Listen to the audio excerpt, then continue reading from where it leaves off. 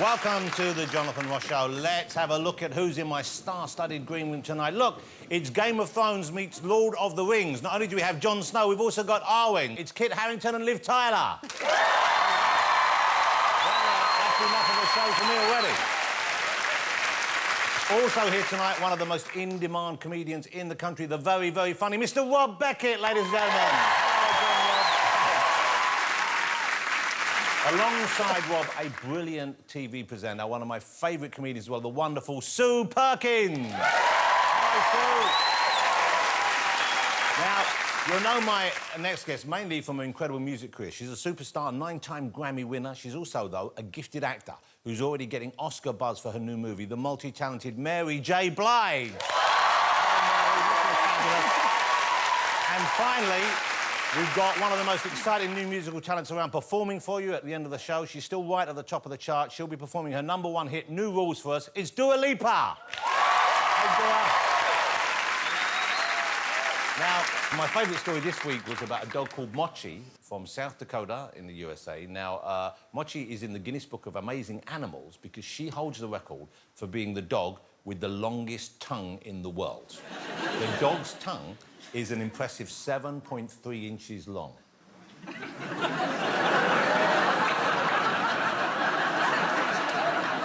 Would you like to have a look at Mochi the dog, ladies and gentlemen? There you go, look.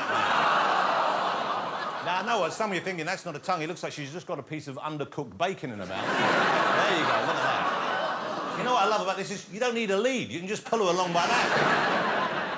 Let's have a quick look at my green room. I'm going to see now which of my guests has the longest tongue. OK, would you all be kind enough to stick your tongues out for me? Yeah, where should we start? Let's start with Dua. That's pretty good. That's a pretty good tongue. What's going on there? Yeah, OK. That's a nice tongue. Mary. That's pretty good. That's pretty good. That's not bad. Let's keep going. Let's go there. Holy moly. Oh, we have a winner, ladies and gentlemen.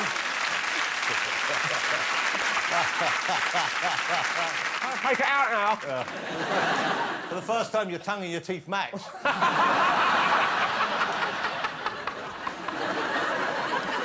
OK, one thing I should say before we get my guests out, congratulations are in order to Kit Harington, who recently announced his engagement to Rose Leslie in the newspaper.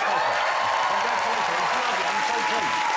And I love it when people from the show get together and you were together in the show. It's so beautiful. I don't know if you've got much of your big day planned yet, but here's one thing you should definitely try to avoid. Look at this footage.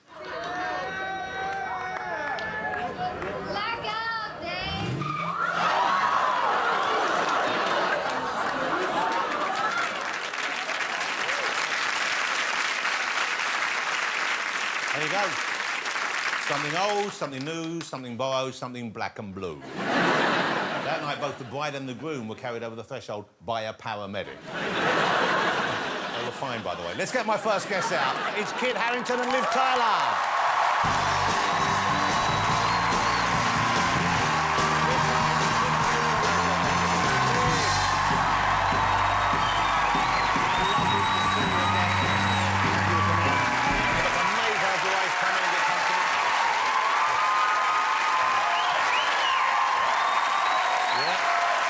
So welcome.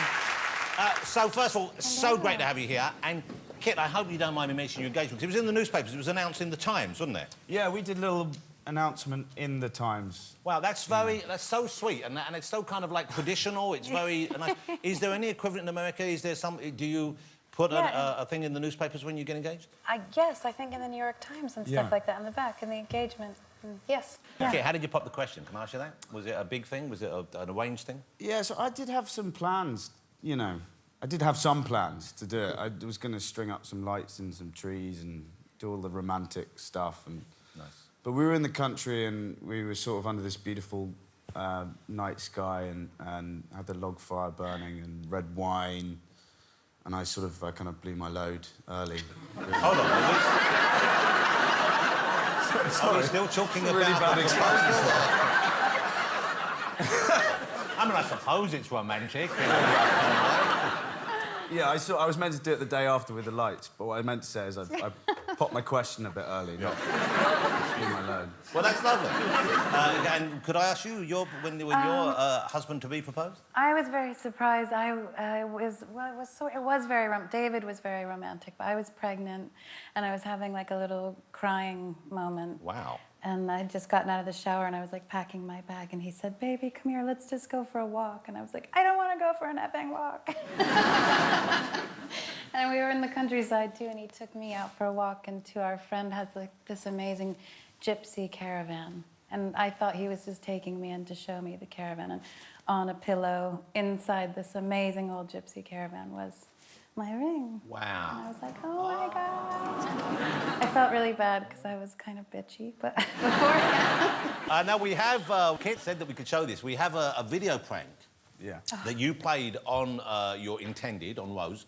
And we're going to show this, and then perhaps you can talk us through what you were thinking about and what the intention was and the aftermath afterwards. First of all, we're going to show you Rose's reaction. So this was in your house. This is in the kitchen, yeah? This is in the kitchen. This is on April Fool's Day morning. Well, that makes sense then. We have to set it up, Yeah. right? Yeah, yeah. Well, I want to see the reaction first, I think. Oh, okay. Okay. Will they know what it is? Well, after we went up... Yes, once we've shown it, then we'll see the other... Do you see it? Of course he's seen it. He filmed it. So this is at home with Kit and Rose. Look at this. April Fool's Day. This is her morning treat when she opens the fridge.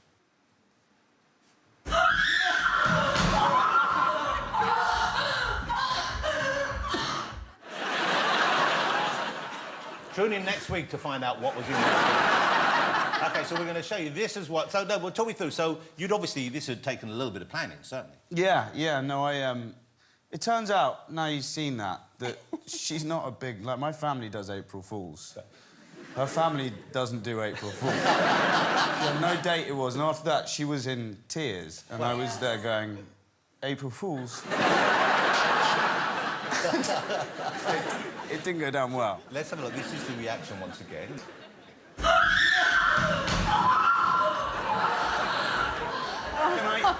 Can I just point out how she saves the Brita filter before doing it? She dives across the room to save the Brita filter. OK, here's what she saw. This is what Kit hid in the fridge. Wow.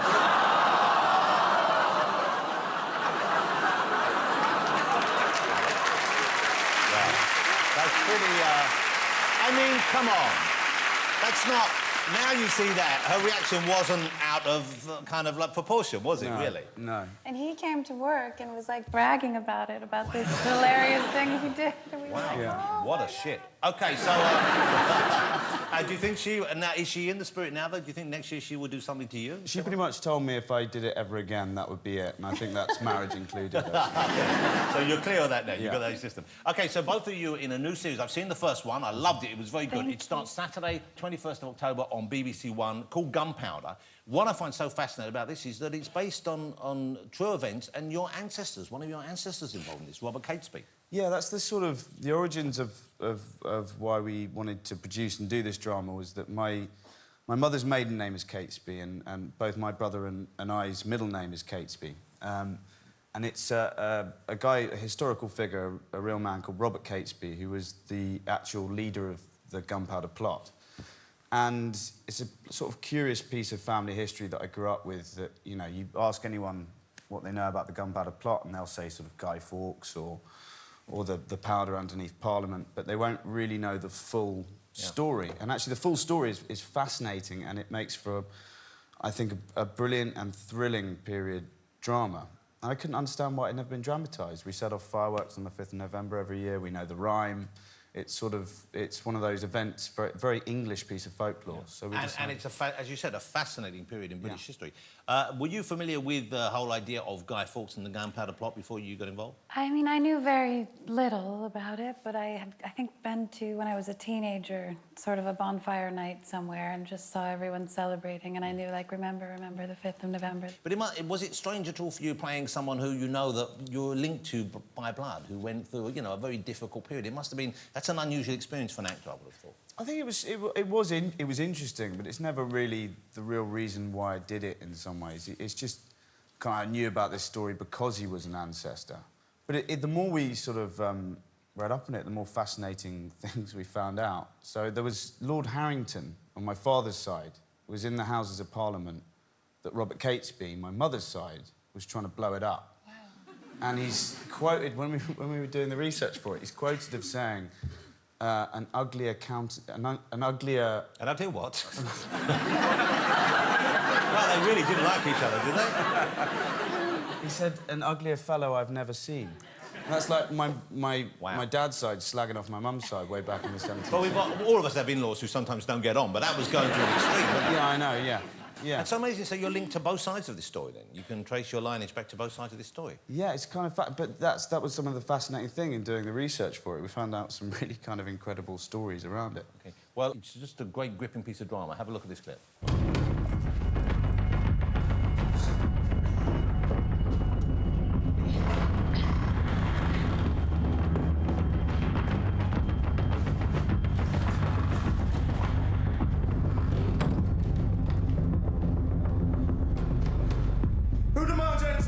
I'm Sir William Wade. What is your business here, Wade? It's the King's business. Now open this door before I order it blasted.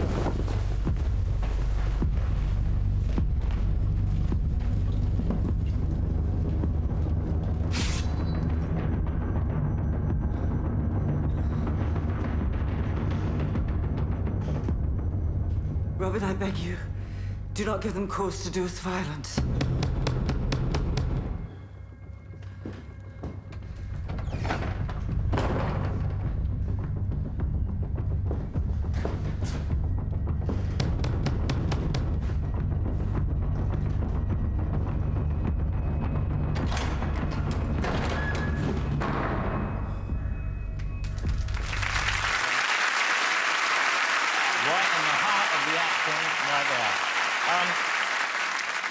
Had you met before filming? Did you know each other before you went on this project together? Yeah, we met on a flight, actually. Before, just after, luckily, Liv had agreed to be in Gunpowder, which was amazing for us anyway. Well, so you're just about to be in a fairly intense kind of working relationship. If you hadn't got on that flight, that would have been awful, wouldn't it? Did that seem like a possibility at any time? That was my worry. You know, we've got a 7-hour flight ahead of us. If this is a nightmare, then we've got 2 months on set, which ain't going to go so well. But she, you know, we did get on, and then she drugged me. So that was... It's literally slipped a Xanax in my drink. Really? It was one of those weird flights that's like at 7 o'clock, I think. It wasn't the really late one, so you're kind of not tired. And I had some Xanax, which I take when I have a little bit of a nervous flying and jet lag and traveling all over the world. So I said, do you want a Xanax? Thinking he knew what it was. And he was like, yeah.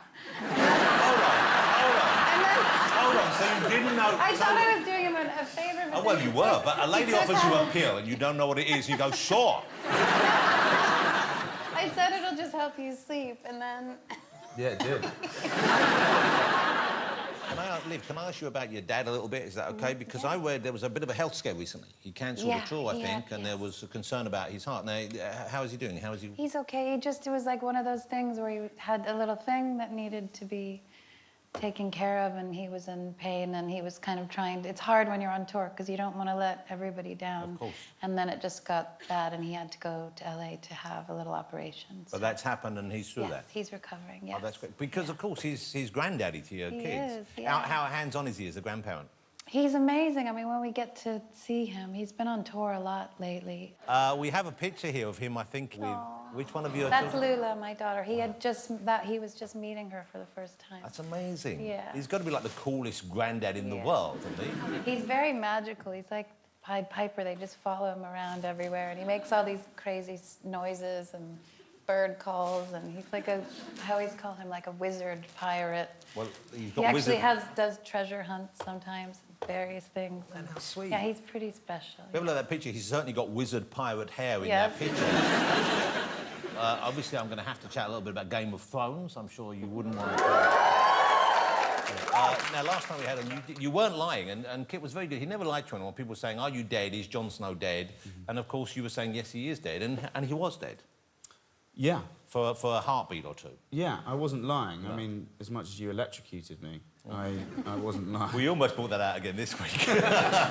The pressure to keep those secrets must be pretty intense because everyone, I mean, even though we don't want to know, we kind of think we should know, don't we, in advance? So how do you deal with that? You just have to keep your head down when you're at? You just avoid talking about it? Yeah, I think, you know, I avoided, with that particular spoiler, I avoided going and talking to anyone. I mean, when you came, I thought it might be quite fun to lie to you. That's the one. I'm gullible as well, so that's even more fun, and we know how cruel you are with your practical jokes. Yeah, yeah. And they don't always tell you. Like, I did this show called The Leftovers, and they kind of would keep everything from us. Yeah. You're always trying to get information, but did you know just your character stuff and not everyone's? I'm going to do the read-through for the final season in a couple of days. Wow. And I still don't know anything about it. Your wedding plan's going to get in the way, though, because if you've got a rough idea of the date, presumably you have to clear that because it's an intense schedule you're on, especially being such a kind of prominent character. Yeah, I rang up. There's a brilliant man called Ollie Butler who does the schedules for Thrones, which, if you can imagine, is like the most complicated thing in the world. Every time I ring him up, he sounds like he's about to rip his face off. But this time when I rang him up and I said, Ollie, I'm getting married and it's your fault, actually. He kind of, you know that kind of serenity that comes over someone when, just before they kill themselves? You know, I think for the final season, he's so stressed that he's, like, reached that peaceful level. And I was like, right, you've got to factor in a Game of Thrones wedding, by the way, into the... Cause... So I guess most of the cast are now, like, you'll feel like family to you, so you're going to have to invite them all along. Yeah, they've all got to be there, so the whole thing's got to shut down. Are you remotely tempted to do it in Game of Thrones costumes? I mean, that would be amazing. Because we want Ygritte to be with Jon. Yeah. No, you're not, are you? No, there's absolutely no chance of me convincing her of that, no. Kit, it's great to have you here. I love it. And you know what? Seeing Gunpowder, it's a tremendous performance. I've only seen the first episode. Congratulations. I really got hooked in. Liv, you're amazing as well. Great to have you here. Kit Harington and Liv Tyler, ladies and gentlemen. Still to come, we've got Rob Beckett, Sue Perkins and Mary J. Blige. See you after the break.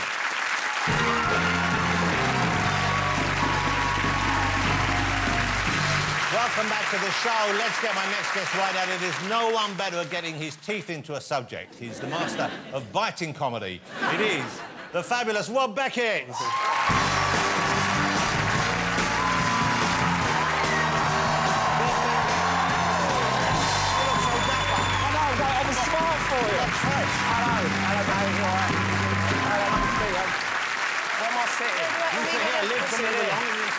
Oh, hello. Thanks for having me. Rob, are you a Game of Thrones fan? Oh, huge fan, yeah, love it. Massive fan. Well, I started watching it. Well, it actually nearly ruined my marriage, though. Game of Thrones, because we started watching it together before we got... No, we started dating and then we got engaged and got married all the way through. And there's that thing we did on a Monday night. Always watch it together. Yeah. And then my wife loves reading. Does my nutting. Always reading. Too much. Too much. She reads too much, you think? Yeah, on holiday, I play a game, because she reads all the time and I get bored. When she's reading, I go, together. And she's like, what? So I guessed the word she's reading. And I nearly got it once. Yeah. But she loves reading, so she read all the books. She was reading all the books. And I went, hang on, what book are you up to? She went, well, I've read up to what they're showing on the telly now. Because the show is ahead of the books now, Yeah, but there was a stage where the books were ahead of the show. So I said, well, stop reading the books so that we can continue our thing. She went, fine, don't worry about that. 2 years went on. The week before our wedding, she broke down in tears in bed with me and said, I've got something to tell you. I thought she cheated on me. Worse, she went, I read on. So I watched the Red Wedding and I was like, oh, my God, look what's going on. She was going, oh, my God, and she knew. Yeah. That's awful, isn't it? At least she faked it. At least she wasn't sitting there while you were doing that and you turned around and she was going... Yeah, I felt so stupid. I was like, can you believe that? She was like, yeah, I read it. So you're a father. How many? You got one baby and one on the way. Is that right? Yeah, one on the way. Okay. It's getting busy in our house. Yeah. So like we've moved to like a sort of family, have a bigger house. We've moved out a bit out of London in Zone 5 now. You can't get fried chicken in Zone 5. Yeah. So Zone 5, that's the outskirts of London. Yeah, it's the outskirts of London, right? So that's nearer her family, so they can help with the kids. That's nice. So, and the thing is, what's weird is when you get like a family home, it's a house, not a home straight away. It takes time. You don't realise stuff you ain't got. Like we ain't got a sick bowl yet. Everyone's got a sick bowl.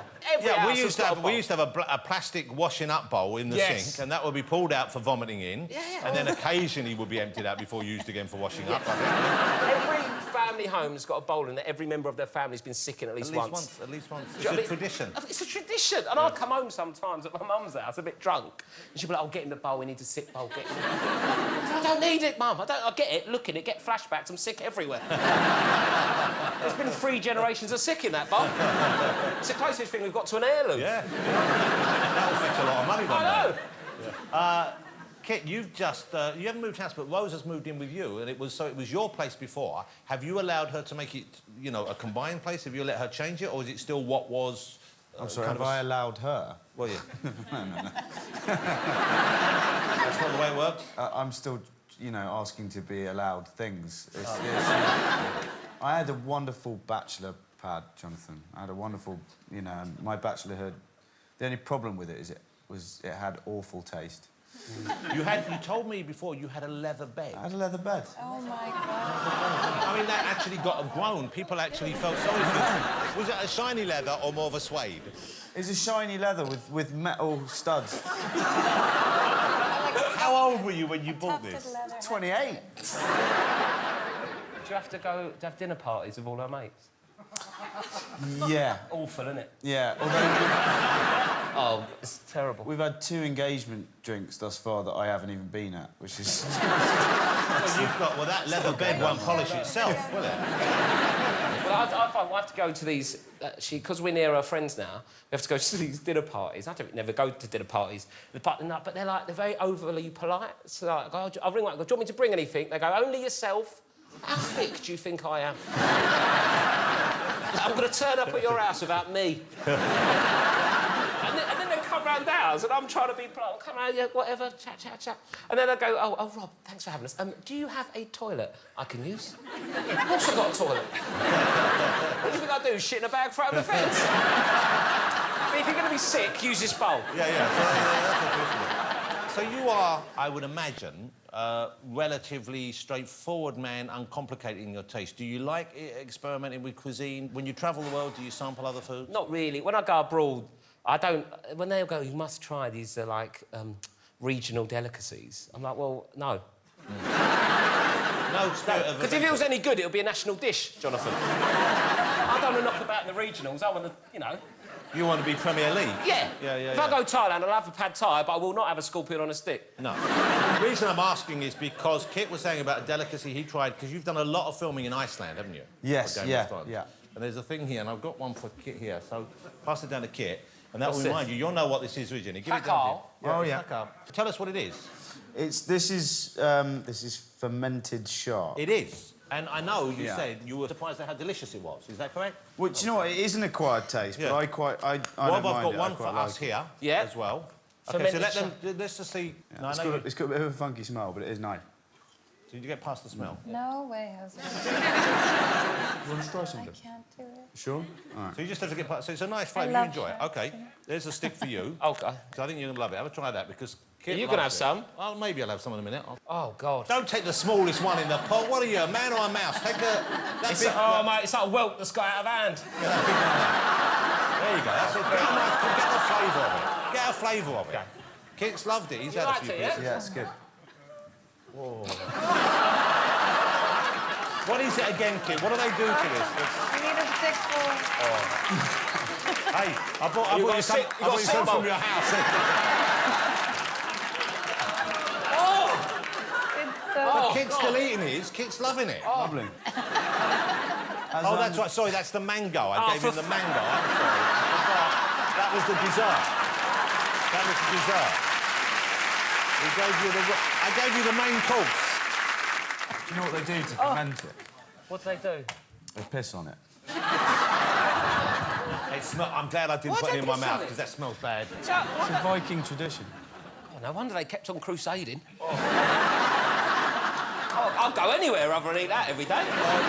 Well, thank you for taking part in Oh, that. it's disgusting.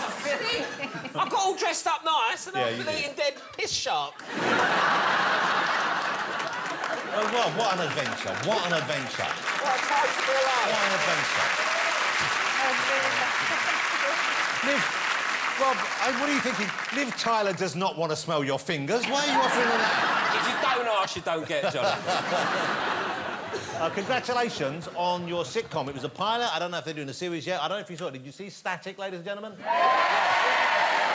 Quality. But, you know, that's the hardest thing to get right, and it's really fun. I'm going to show everyone a clip. And you worked with two of the greats in that show, Oh, incredible. Phil Davis and Alison Steadman. Yeah. Just amazing actors. And it was... Well, Daniel Day-Lewis calls Phil Davis one of his inspirations. Yeah. And, yeah, he was incredible in it. But what makes me laugh is you've come and talked about your ancestors and the, you know, Guy Fawkes' House of Parliament plot, and I wrote a sitcom about my family, Move into a Caravan. Yeah. It really does. Well, you write what you know, don't you? OK. I know loads about caravans. If you didn't, we'll chat a little bit after, but have a look at this. This is Static, a very, very funny sitcom, and I very much hope it goes to a series. All right, I'll stay tonight. The calf.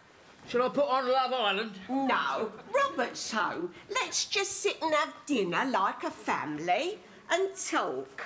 What are we going to talk about? Well, family stuff.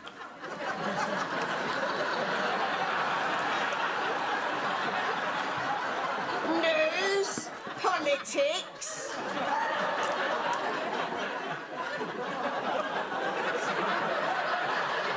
Do you know, if you stick a pear up your nose and eat an apple, it'll taste like a pear.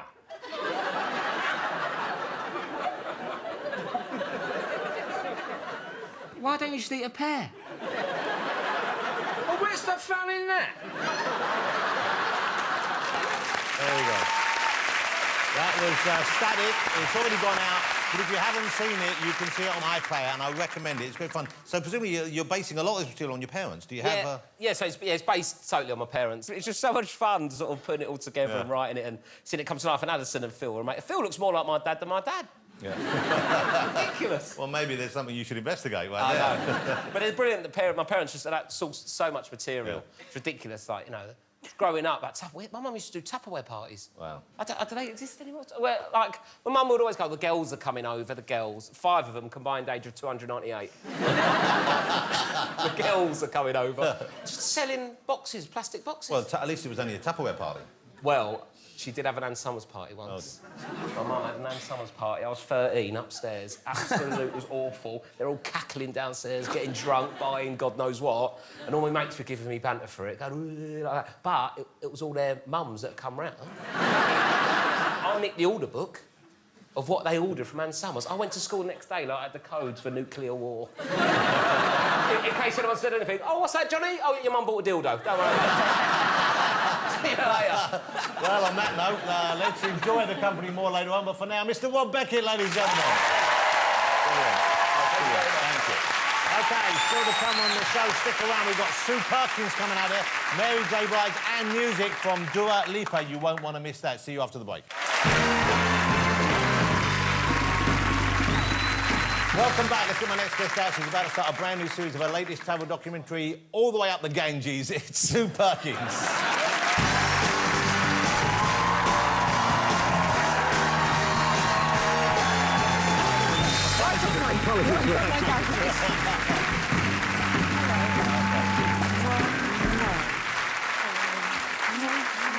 Hello, trouble. That's a terrible sense of direction for someone doing a travel documentary. I'm a little late because I was pissing on a shark. I have no idea why. Someone said do it, so I did. So the new show, and I have to be careful with the title then. I started Right up my Ganges. Well, it's a gift, isn't it? To travelling up the Ganges. What's the title of the... It's a famous religious river. Oh, it's not... In India, they don't go, oh, it's weird this is named, because it sounds like something like an arsehole. Well, look, if they want to make jokes about the Thames in the same way, I'm not going to complain. No one in Hyderabad is going, I'm going to take you up the Thames. No one is...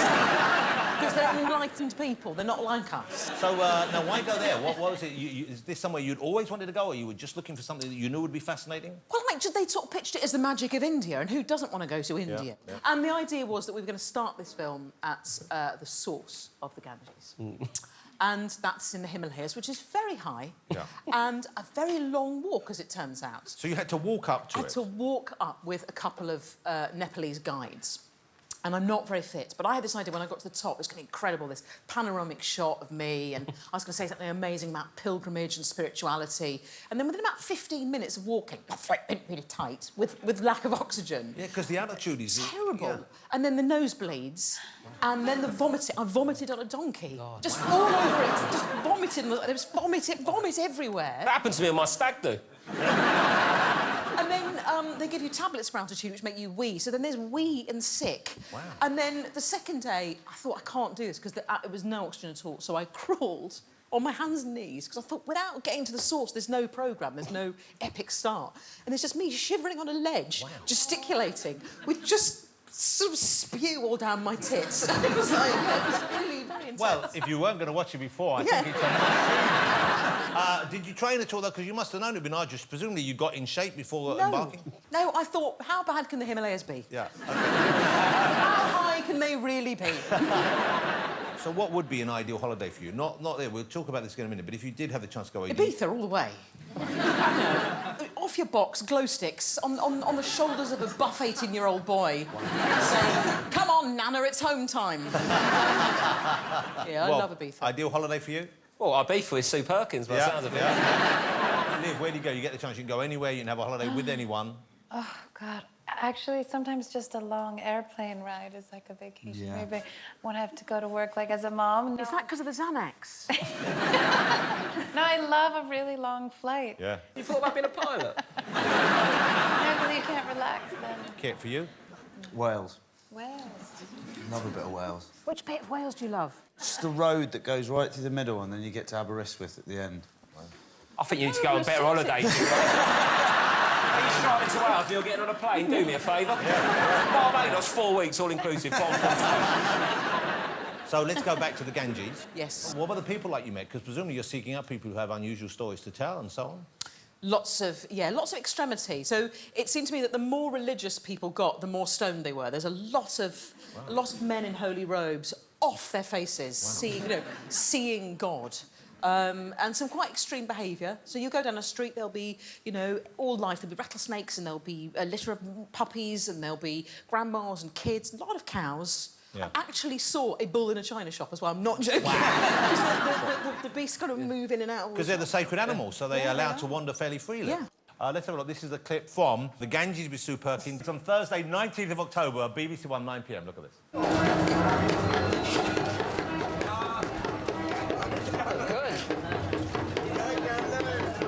I feel I should know your name. I've seen you winky, but there you go. Thank you so much. Thank you. From the intense aroma that's going on, I think Baba is Hindi for really stoned nude man. Your country money give.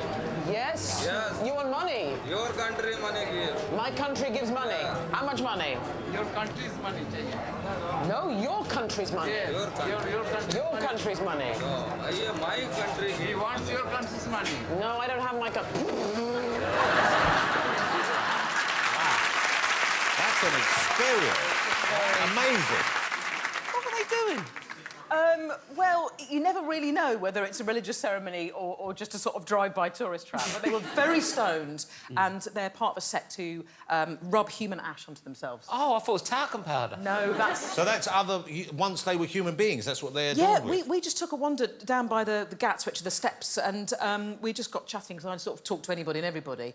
And he just pulled out a bag, and I realised it was cremation ash. Rubbed it all over himself, and sort of did a big grin, and then just dived into the Ganges. Yeah. Oh, God. Wow. Yes, it's a religious... Why don't you just go Butlins? That road in Wales is sounding more enticing. We need to ask you about Game of Thrones because, as I hope you're aware, Sue presents the companion show to Game of Thrones, Thronecast. Yes. Now, did you get any chit-chat after the final episode of the last season when we saw Kit as Jon Snow? Yeah. With Emilia Clarke as Daenerys? Yes. And we saw what I can only describe as the most spectacular buttocks ever recorded on screen. Word. Kit, that's a... Have you seen... Liv, have you seen his buttocks? Incredible. No, I haven't. No. Never. It's like two finely sanded bowling balls. Beautiful. I mean, they are beautiful. I Beautiful. Tell you, when you die, I want a cast of your buttocks and I'm going to hang it above my bed. But joking aside, though, is it a bit weird that we've all enjoyed your buttocks? No, not really, no. I'll get them out for anyone.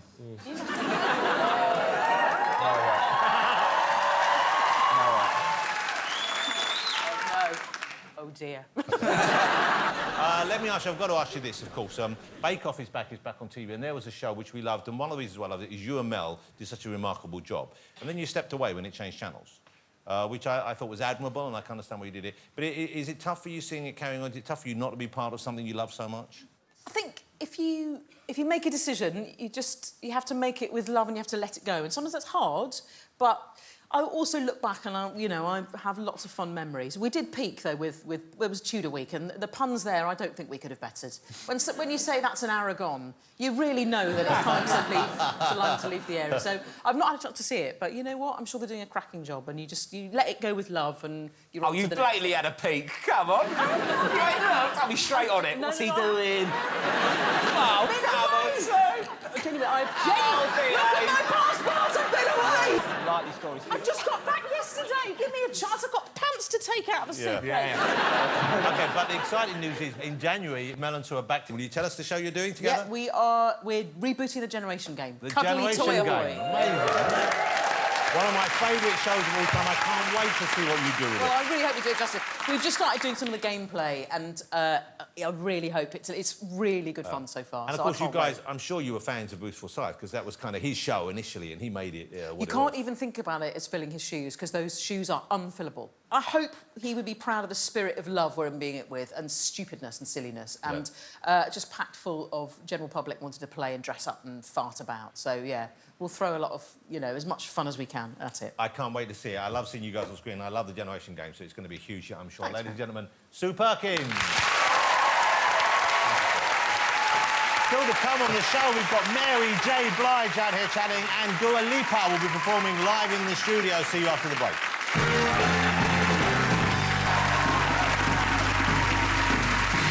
Welcome back to the show. Let's get my next guest out. She is the only artist to have won Grammys in R&B, hip-hop, pop and gospel. But now she's also making waves with her acting. It is the fabulous Mary J. Blige, ladies and gentlemen.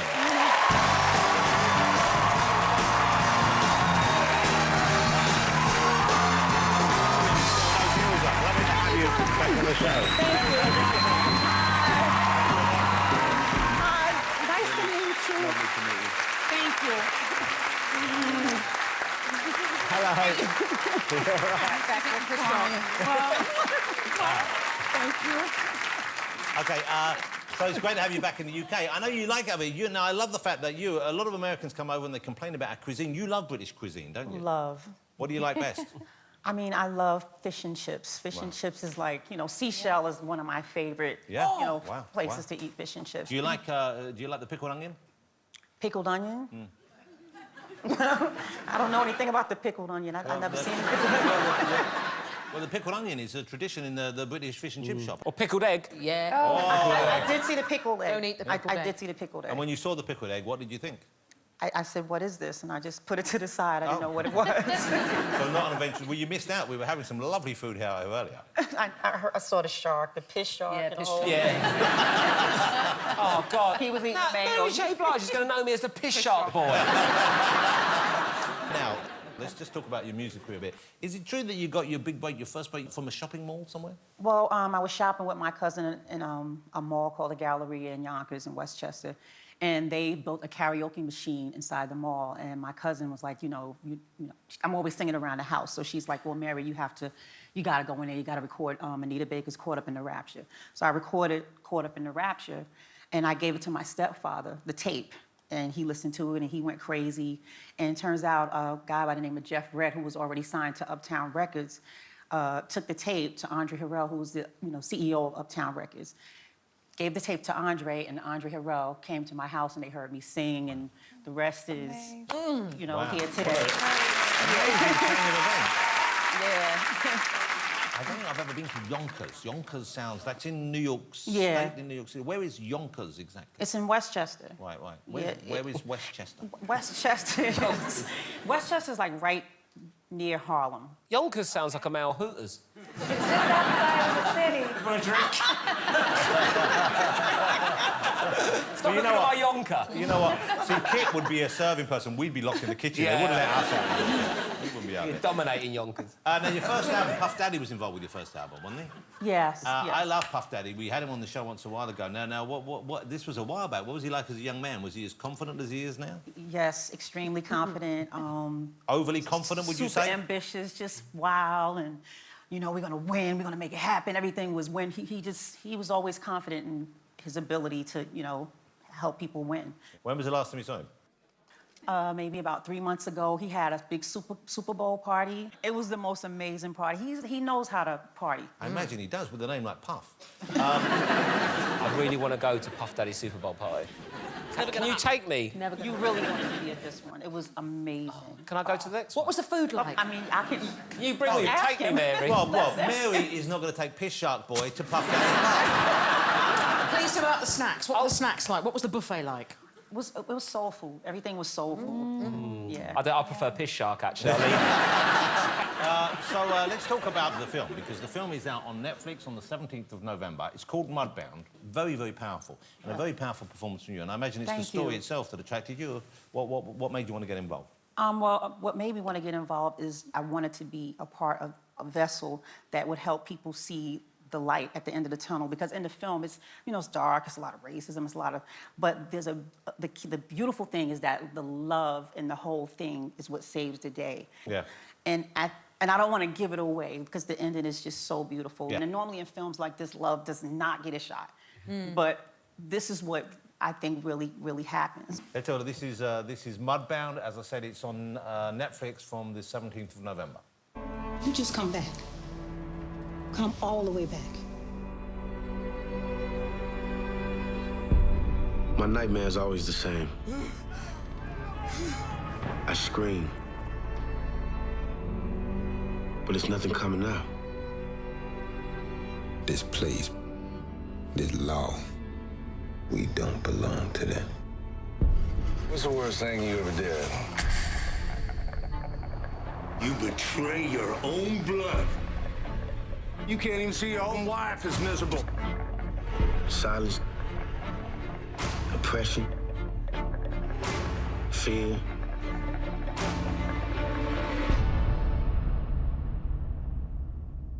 It would take an extraordinary man to beat all that. Amen. A powerful film. Very powerful and very moving as well. So congratulations. Now, that's a kind of... that's a Mary J. Blige we don't see so much of, because, of course, we're used to seeing you full-on glamorous and ready for showbiz. I've seen you perform live, and you're amazing live. Thank you. How was it for you being stripped of the makeup, the outfits that you wear on stage, and performing in such a sort of gritty role as that? I mean, it was kind of hard because what you find out about yourself is that you're super vain. Like, we're vain. You know, look how Florence had to live. I didn't realize, you know, how vain I was when I realized I had to tear away from the wigs and the weaves, and I couldn't get a perm, and I had to have nappy edges, and I had to cut my nails, and I was like, well, does Florence wear lashes? I mean, does Florence have lashes? But Florence didn't have lashes. Yeah. And she didn't have nails, and she was just a strong, confident woman within her 3 dresses. I loved the movie. I genuinely loved you, and I thought you were incredible in it. Thank you. So presumably this must be something you want to do more of, more than your music, or do you find time for both? I'm going to find time for both because I love my music.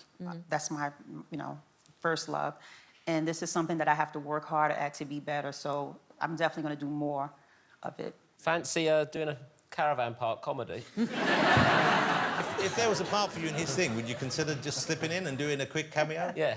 Of course, yeah. It's acting. So you've got to do it. Yes. Okay. Acting. Changing the subject ever so slightly, let me ask you about going to the White House for the Obamas. You were invited by Michelle and Barack to go to the White House. That must be quite something. Oh, that was amazing. That was the inauguration. I performed at the inauguration, and it was wow. That's all I can say is wow. It was probably the coldest day ever, and we were outside on the steps, and I was singing Lean On Me, and President Obama and the children and Michelle, they were all like cheering me on, and this is my first time ever seeing them up close and personal, and they were just yelling like fans, and I was like singing like, but you know, almost couldn't really concentrate because this was just blowing my mind. And then I saw them backstage, and he looked at me in my eyes, and he said, "Do you know who you are? Do you know who you are?" And I was like, I hope so. Really intense. It just made me feel so good. And then she was like, you know, you're so special. We love your music. And yeah, it was beautiful. Wow. Yeah. Did you get the call for Trump's inauguration? No, I did not. I think we know what the answer would have been. Mary, great to have you back here. I hope next time you come on the show that we can arrange you come on and sing for us again as well. Definitely. Yeah. Mary Thanks J. so Blige, much. that was Thank you. Well, thanks to Mary, and thanks to all my other guests tonight, of course, Kit and Liv and Rob and Sue. I hope you can join us next week on the show, because this promises to be a memorable lineup. We've got the brilliant actor, a very funny man, Vince Vaughn, is on the show. Jamie Bell and Annette Bening will be here, and we have two of the biggest recording artists of the times coming together at last. That's right, we've got Bradley Walsh and Stormzy on the show together here. But now, with new rules, it is the fabulous Dua Lipa. Talking in my sleep at night, making myself crazy. Out of my mind. Wrote it down and read it out, hoping it would save me. Too many times. My love, he makes me feel like nobody else. But my love, he doesn't love me, so I tell myself. One, don't pick up the phone. You know he's only calling because he's drunk and alone. Two, don't let him in. You have to kick him out again. Three, don't be his friend. You know you're gonna wake up in his bed in the morning. And if you're under him, you ain't getting over him. I got no rules, I count them. Hey! I got no rules, I count them. I gotta tell them to myself. I got no rules, I count them. I gotta tell them to myself. I keep pushing forwards, but he keeps pulling me backwards. Nowhere to turn, nowhere to turn. Now I'm standing back from it. I finally see the pattern. I never learned. But my love, he doesn't love me, so I tell myself, I do. One, don't pick up the phone. You know he's only calling because he's drunk and alone. Two, don't let him in. You have to kick him out again. Three, don't be his friend. You know you're gonna wake up in his bed in the morning. And if you're under him, you ain't getting over him. I got no rules, I count them. Hey! I got no rules, I count them. I gotta tell them to myself. I got no rules, I count them. I gotta. Practice makes perfect. I'm still trying to learn it by heart. Eat, sleep, and breathe it. Rehearse and repeat it. 'Cause I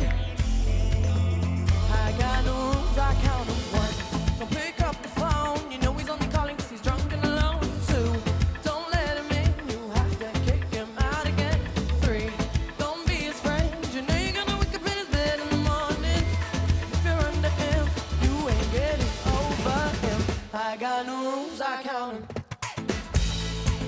I got no rules, I count them. I gotta tell them to myself. I got no rules, I count them. You're getting over him. The fabulous Dua Lipa.